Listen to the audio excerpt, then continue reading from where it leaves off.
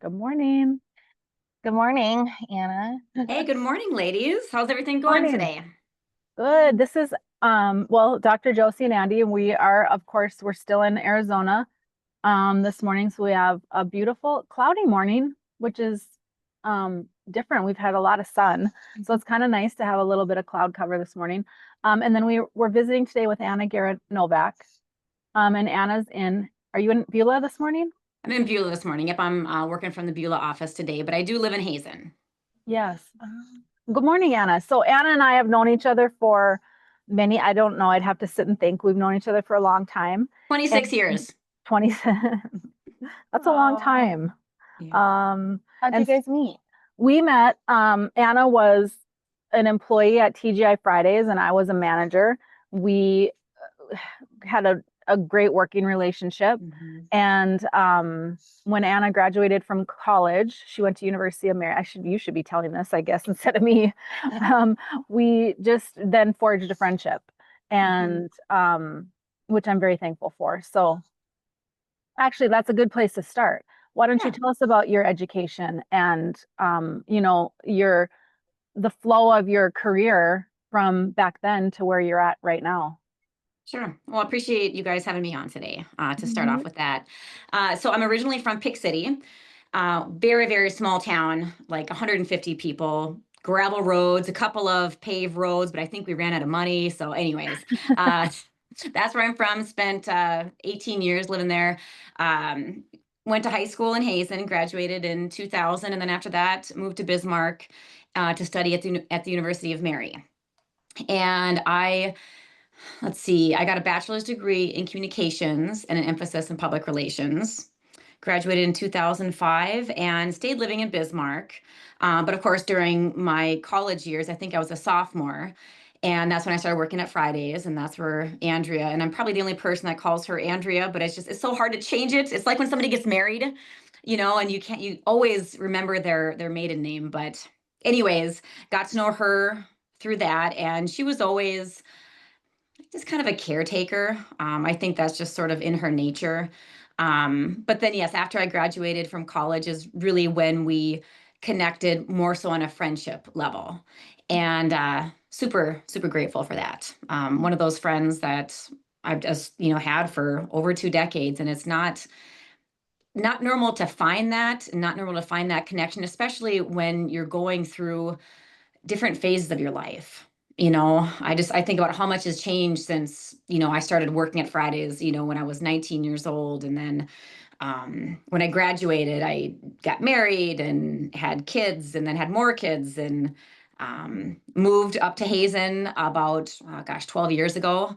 And to keep that relationship. And what's even cooler about it now is that she's in Hazen, Yeah. um, which is just it's amazing the path that life takes you. But so, anyways, after I graduated from college in Bismarck, I did fundraising for St. Mary's High School for a couple of years.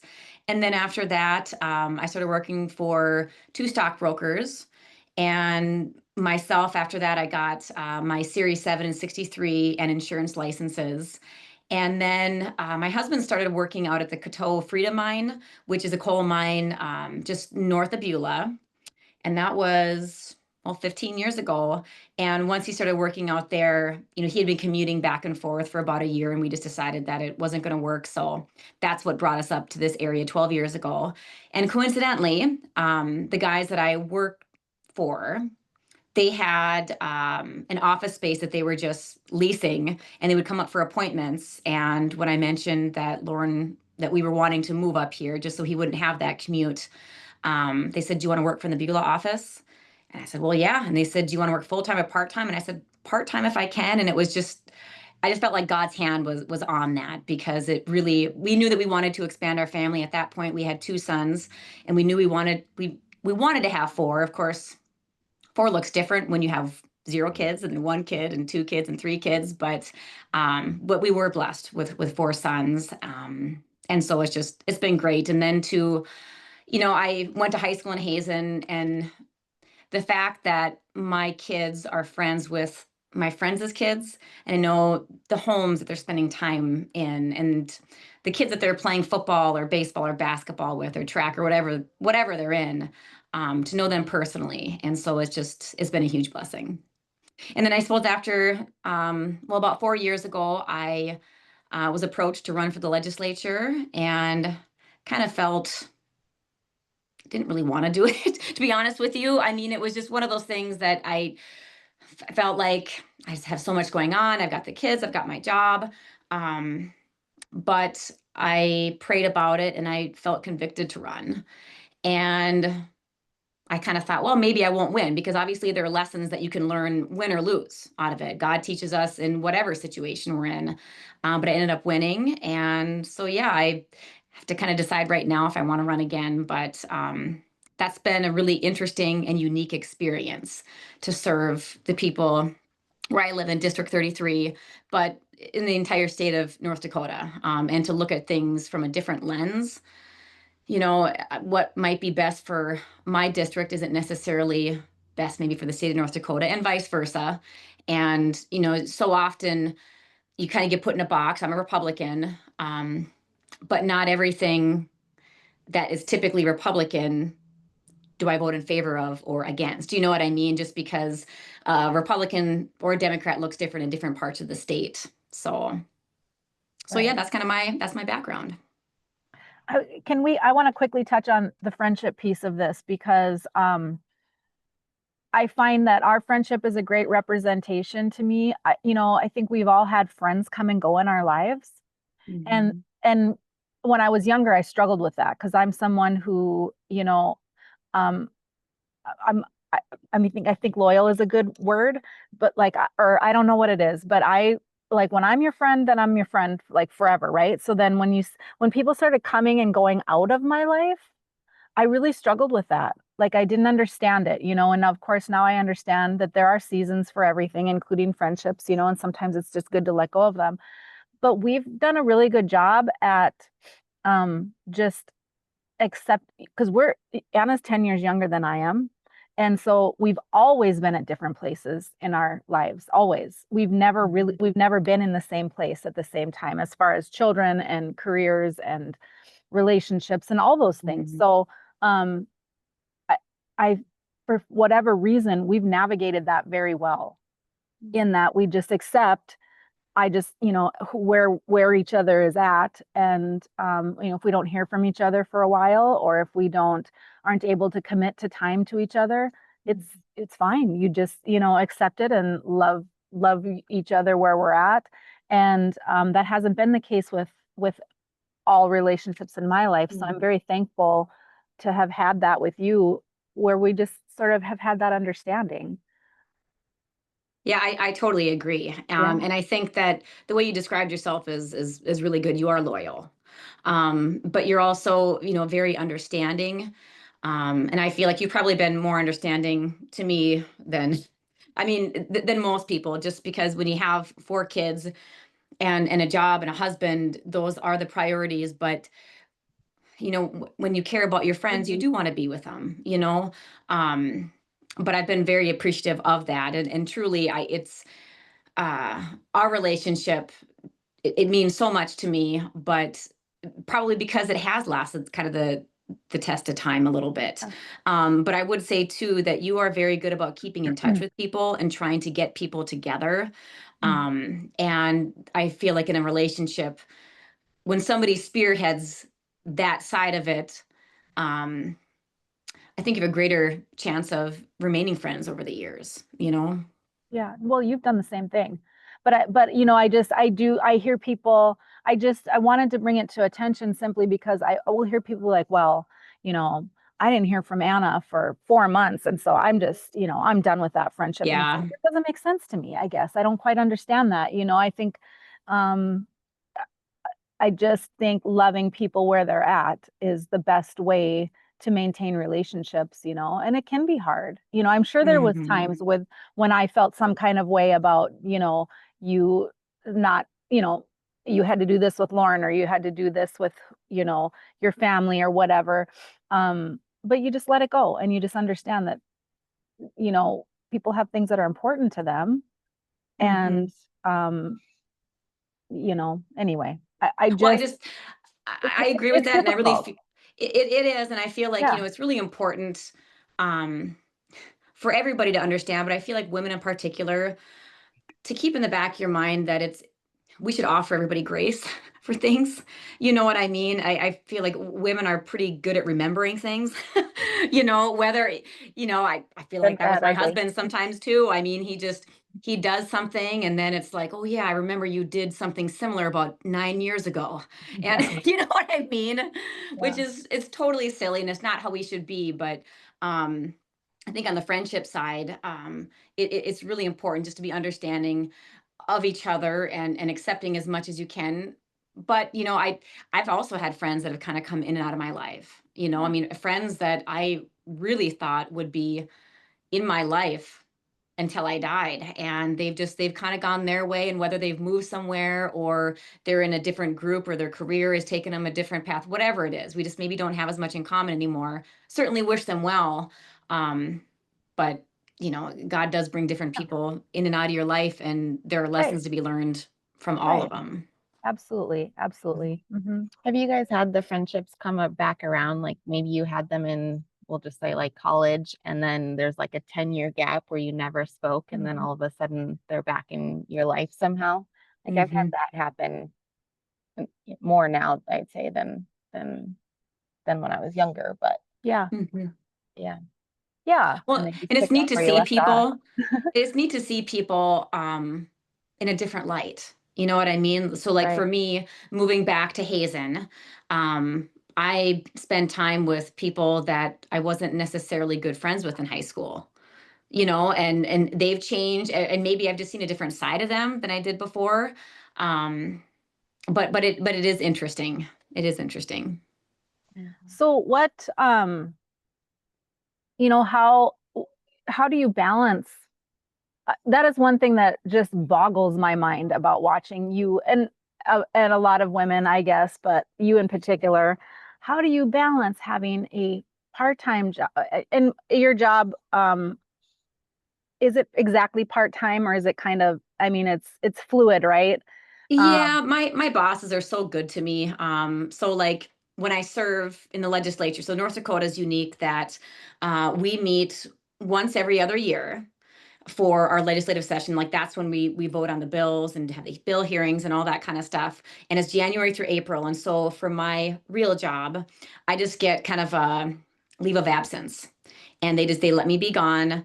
But then the other times of the year, so the other 8 months of that year and the rest, the 12 months in between sessions, I work about 20 to 23 hours a week, somewhere in there. If it ends up being 16 hours a week or 25 or 30 hours a week, that's fine too. But they've been really good to me in that sense. And it's helpful. So I work for Focus Wealth. We're like an independent investment office. We also sell insurance products, like variable annuities and things like that. But um, it helps that pretty much everybody in the office is in the same place in their life than I am. So they all have kids and their kids are in activities. And so it isn't unusual that, somebody has to leave at 3 o'clock a couple of times a week and or lunch hour or whatever the case is. I mean, it just everybody's super understanding about it. And it's one of those things too where we work in a small office. There are 5 people that work in the office, and of course, so when I'm gone, you got 20% of the office, maybe not quite 20% since I'm part-time and everybody else is full-time, but everybody picks up my slack when I'm gone. It's not just the kind of job where it's like, all right, I'm going to set this down and I'm just going to pick this back up in May. It's but I remember that. And so when somebody else, we actually had a gal in our office who went through melanoma. She had cancer, and actually on Monday or Tuesday of this week, she had a year and a half checkup, and she's doing great now, cancer free. Um, awesome. it's wonderful. I mean, and you see the changes in modern medicine in the last 20 years, and I suppose that you in particular have probably seen a lot too, Josie. Um, but anyways, um, so you remember that and you pick up the slack. It is kind of like a family in a way, but to I don't know how to explain how I do it all. I am pretty, um, I wasn't really, I don't know that I was really a type A personality before having kids, but I'm definitely a planner, which helps. Like I've got a meal plan through the rest of the year. I know what I'm cooking on Tuesday night on November 17th or whatever it is. You know, I mean, I try to be organized in that sense, and that really helps. Oh my God. Um, but then too, That's I've got four amazing. kids.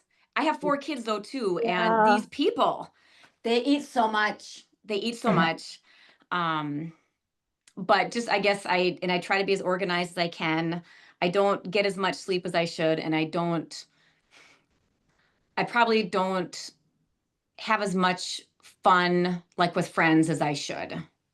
Those are some of the things that have sort of been sacrificed a little bit because truly I don't know that anybody can have it all and be rested. Yeah. You know, I mean, Right. It's a myth, isn't it? To have it it all. is. I Nobody has mean, it all. I think I think I should be careful how I phrase that because it's not a myth necessarily, but you have to be a little flexible about what having it all means, right? I mean, Yes, yeah, and like it changes. You used to have a lot of fun with friends. I I witnessed a did. lot of it. I had an Um, awesome time. and I used to have an awesome time. But that's just not your life right now. You know, No, and I right now think, your life is your children and your household and your jobs, and that's just a fluidity of life, you know. well, when you say yes to something, you say no to something else, Yeah. whether you actually say no to something else. I mean, there's only there's a certain number of hours in the day and days in the month, and um, you're responsible for how you use them. Right. Have you delegated anything at home or, Oh anything yeah, like that? I got a So that, sweatshop going on at home. well, your kids, I don't know how old your kids are, but Well, okay. So my oldest is 16, 13, 10, and 8. And when I say sweatshop, I'm obviously kidding around, but I mean they help with everything. They have chore Let's get the lists. kids on. We want the kids' point of view. They're like, yeah, they come on screen sweating. Yeah. Yes, it's a sweatshop. Yeah. Well, but I think that it's really important with kids too, though. I mean, Yes, that they have chores and they have responsibilities at home. absolutely. Oh my gosh. So it was with my oldest son, so about a year and a half ago, he turned 15 and he got his license immediately. And I feel like that's when the next phase of my life began because I mean, Yeah. just to get him, like he could get himself places. And I Mhm. don't ask him all the time to give his brothers rides. But when I do, he'll do it without grumbling. Mhm. Or like last night, I needed a bag of coleslaw from the grocery store because I was at my youngest son's last flag football game of the season, and they won. Yay! Yay. But I wasn't going to get home till 6:30 or 7 o'clock because of that. We're going to have dinner. I had that in the crock pot, and um, it just that kind of stuff, and it helps tremendously. And I feel like for them, it's important for them to know that they play a role in the family and they're a needed part of the family. Um, so anyways, but they do certainly help. I mean, they all have their chores, whether it's unloading the dishwasher, cleaning the litter box, setting the table, making sure the room's clean. My 8 and 10, I mean, all my kids do their own laundry, including the 8 and the 10-year-old. So if there was one time where somebody had posted something on Facebook about like, oh, how does everybody keep up with the laundry? And my kids don't have clean pants. If my kids don't have clean pants, it's their own responsibility. That's Mhm. sorry, that's your fault, guy. I mean, Yeah. but so and that helps tremendously too. That they can be and they are more self-sufficient now. The youngest is 8, and so he can do a lot of things on his own, and they can be um, left on their own a little bit here and there, and they can work on their chores on their own and independently, which is helpful. And my husband is fantastic.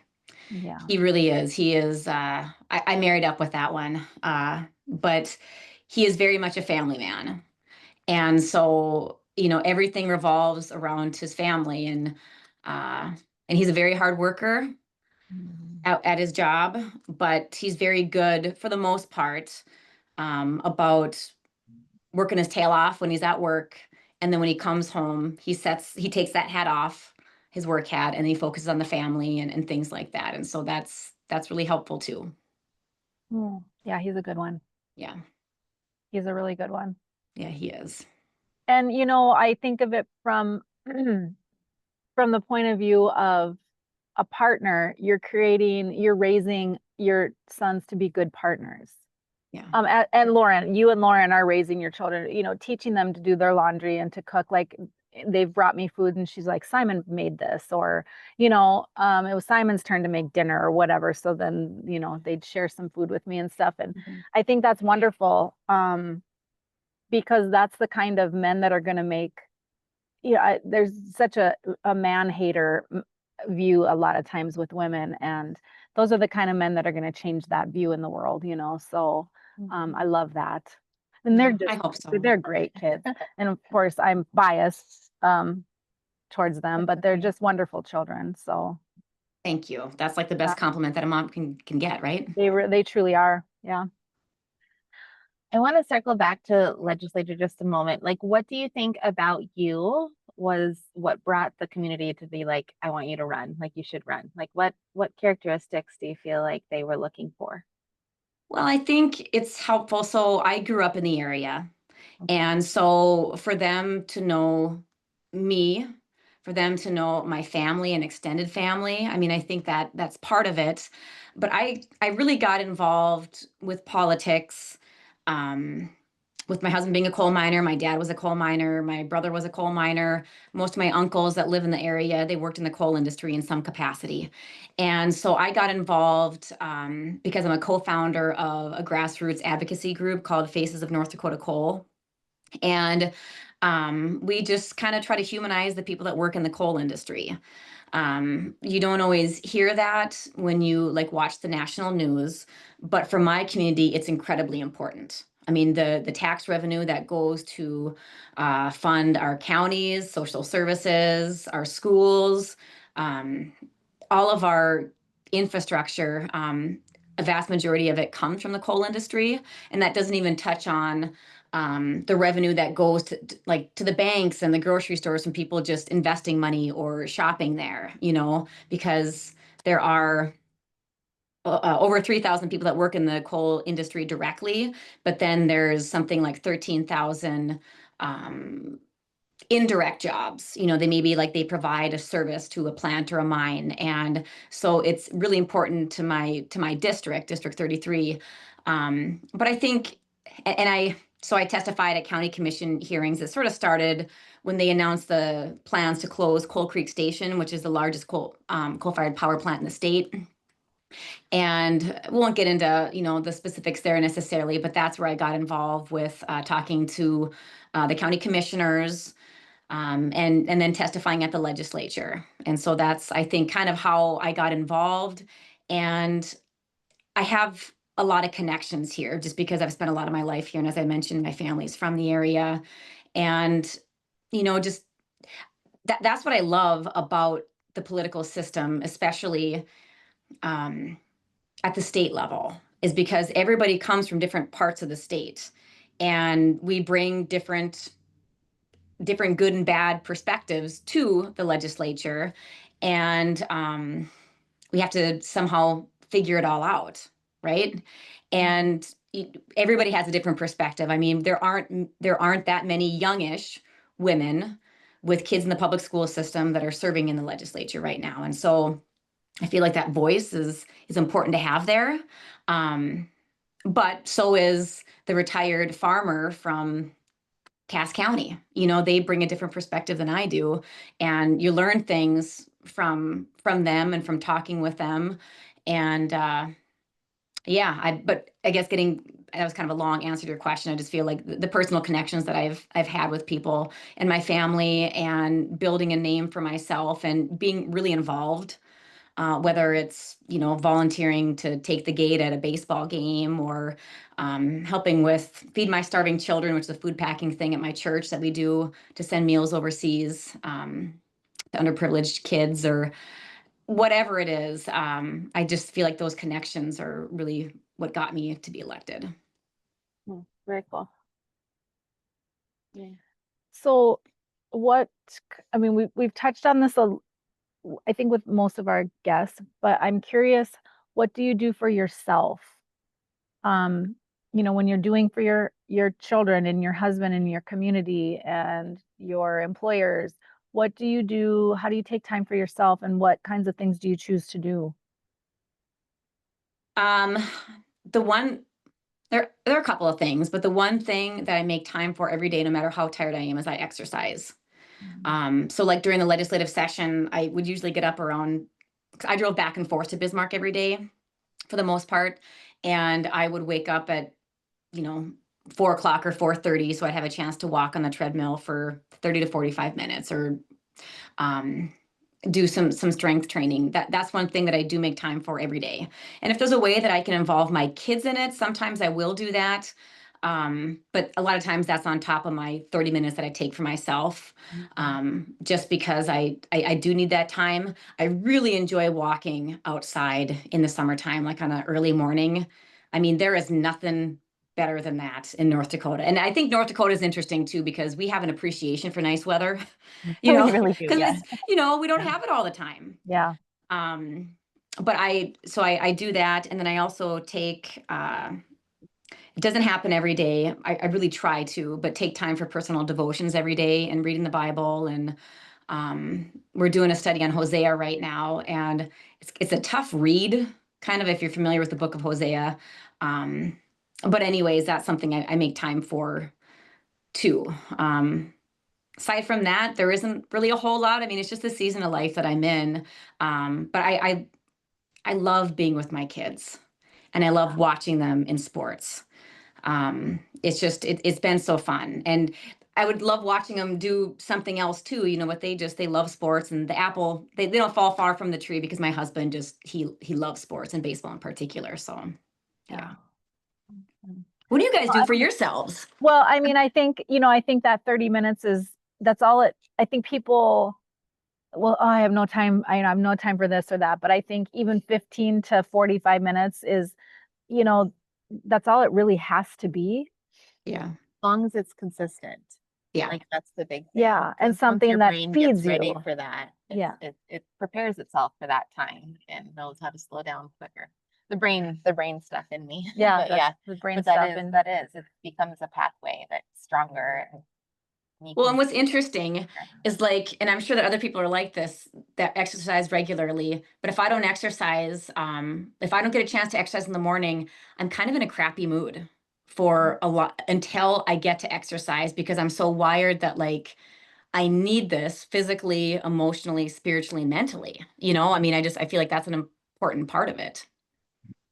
Yeah, and it doesn't have to be like hard exercise either, right? It's just movement in general, getting your blood flowing and things moving. Yeah, I totally agree.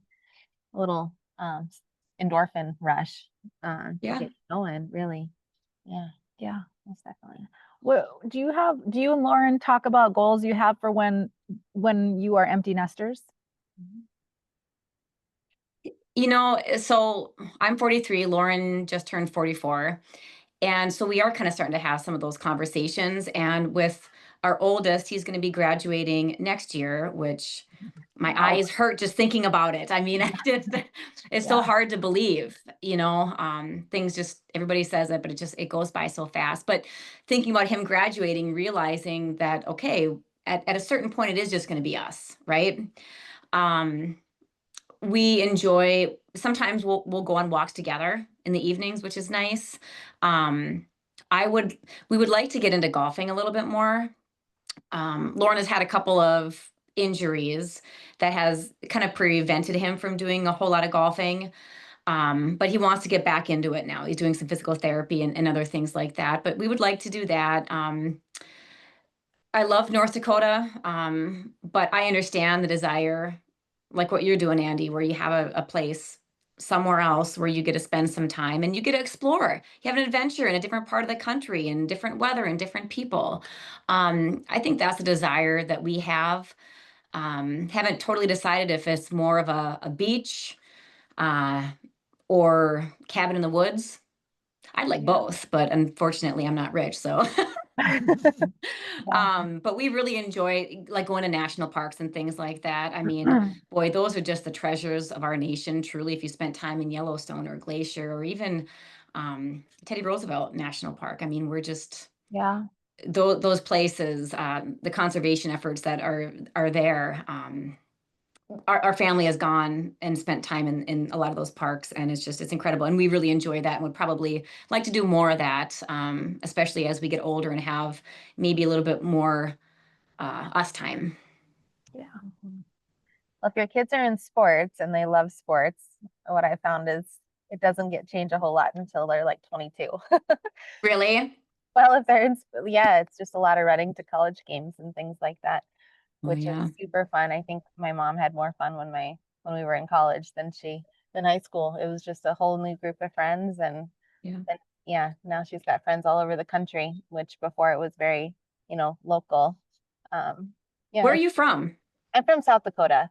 I'm from Buffalo, South Okay. Dakota. So, small community. But yeah, Mhm. once my brother played college football for it was through COVID. So I think he played football for 6 years. I don't know, a long, long time. Yeah. But yeah, then she started meeting people from all over, and now she's got friends to go visit in California and Colorado and Seattle, like just everywhere. It's kind of fun. It was That's cool. awesome. Cool chapter. Yeah. Hmm. Yeah. Yeah, that's true. Your children, you may not be done at 18 when Gabriel Yeah. is 18. You may be, depending upon, but um, I just think it's fun to look into the future and understand that that may not be your future, but Yeah. it's fun to make plans and to have goals and those types of things. So yeah. It's Okay. important to have them in the back of your mind, something to think about. It's almost kind of like I'm a believer that you should always have like vacation plans, Yep. in your schedule. Whether, I mean, that might be 2 years away, but it's just like something to look forward to. And I think that, with the plan for retirement and things like that, um, that's important too. Well, I've said this to many people. I don't love the word manifest. I don't know, something about the word I just don't love, but I do think it's important. I think you can sort of create, you want to go to wherever you want to go and you put that out there in 2 years and that just becomes your goal and it becomes something you think about and you work towards and stuff. Mhm. And again, manifesting isn't, but you're creating it. You're creating what the life that you want to have, right? So I agree. I think it's super important to put things out there, Mhm. to dream about and to, Mhm. visualize and things like that. So yeah. Mhm.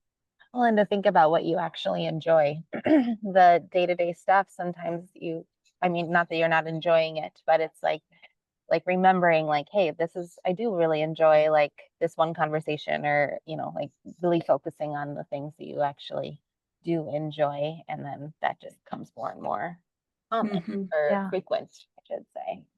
Yeah. Yeah. Mhm. Agreed. If you don't like to travel, then yeah, don't think about the traveling. Like everyone Yeah. else is thinking about what Right. you actually like, not Right. what everyone else is liking. Yeah. Yeah. Great. So you have to make a decision. How are you going to make that decision? You said you need to make your decision kind of now. I'm What running. does now mean today, or does now mean like in the next week or next month, or when is there an actual date where you have to have the decision made for it to run for legislature again? It's in April at some point. That's when the decision has to be made, and um, the process is typically what happens is, you announce that you're going to be running, and then the Republican and Democrat um, executive committees in your district, like you would meet with them, and then they have what's called like an endorsing convention. And so you might have, I think when I was running, we had 6 or 7 candidates that were running for 2 spots in the House. And you had that endorsing convention, and you would technically be endorsed or not. But regardless if you're endorsed or not, you can still get on the ballot. And that's by getting, I think it's like 1% of the signatures from your district. And so, um, and that is due so you're getting those signatures to the Secretary of State, that is due sometime in April, and then that ensures that you're going to be on the ballot. Mhm. So the endorsing process, it's interesting in North Dakota because um, there's a little bit of infighting in the Republican Party in North Dakota, if you follow politics at all. And so a lot of times the people that aren't endorsed, they still run. and many times they're successful in winning. Just because at the endorsing convention, you might have 100 people, but that's not maybe truly reflective of all the people within the district, you know, and their values. And I think about like my friends, there were some that came to the endorsing convention, but a lot of them have plans on Tuesday night at 7:00 p.m. and they're at, Right. you know, the kids' basketball game or whatever the case is, so they can't come. But that's what I love about North Dakota, is that you can still get on the ballot, and have a shot at winning, even if you don't win the endorsement.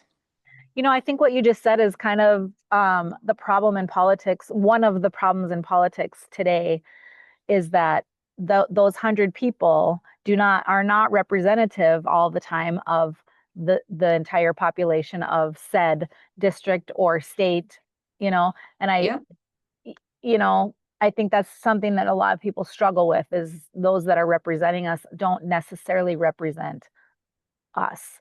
They right. represent a small piece of things. So I don't know how that changes. I really don't. Vote, vote. That's how Yeah, it changes. yeah, I mean, I wish that everybody could be engaged more politically, but I mean, some people don't have the time, some people don't have the interest. yeah, But there might be a couple of issues. I mean, I feel like people typically have 3 or 4 issues that they feel really passionate about. I know people who voted for me, and if I run again, will continue to vote for me, but they don't like the way that I voted on a couple of bills. That's right, just, it's how it is. But I feel like they can kind of look at it and say, well, generally, we agree on most everything. I right, think the problem with politics now, it for some people, is that if somebody votes incorrectly on 1 or 2 things, that's what they focus on. They focus on, you know, the 10% negative, and they don't say, well, but he or she voted in favor of this or fought for this, or you know what I mean? It's just, it's almost you're either with us or you're against us. right, And I think society is almost getting to be a little bit more like that, and I think it's unfortunate. right. Right. Cancel culture is the word that comes into my head. Yes. Cancel culture, yeah. Like if these people don't like one thing about you, then they want you canceled, you know, and Yep. it's such a odd concept to me, but Yeah. Agreed. the sun is coming out. Oh, Yes. cow. I see it. I'm Guys, jealous. it's awesome. It is. But I do think it's time for us to wrap it up. Thank you so much for joining us this Yeah. morning. We appreciate you. I appreciate you ladies too, and I appreciate the opportunity to come on and connect with you. It's like just having coffee with my girlfriends. I know, right? If there's if is there a way for people to connect with you or like contact you? Are you on any socials or anything that if I'm anyone on has any Facebook. questions or If it's a legislative thing, my information is on the North Dakota State Legislature website, but it's anovak@ndlegis.gov. And you can find me on Facebook too, Anna Garrett Novak, Novak. okay. Awesome. Well, thank you so much for your time. Yeah, Enjoy the rest appreciate you of your ladies. day. Okay, love you. Love you too. Thanks, Bye. ladies. Bye.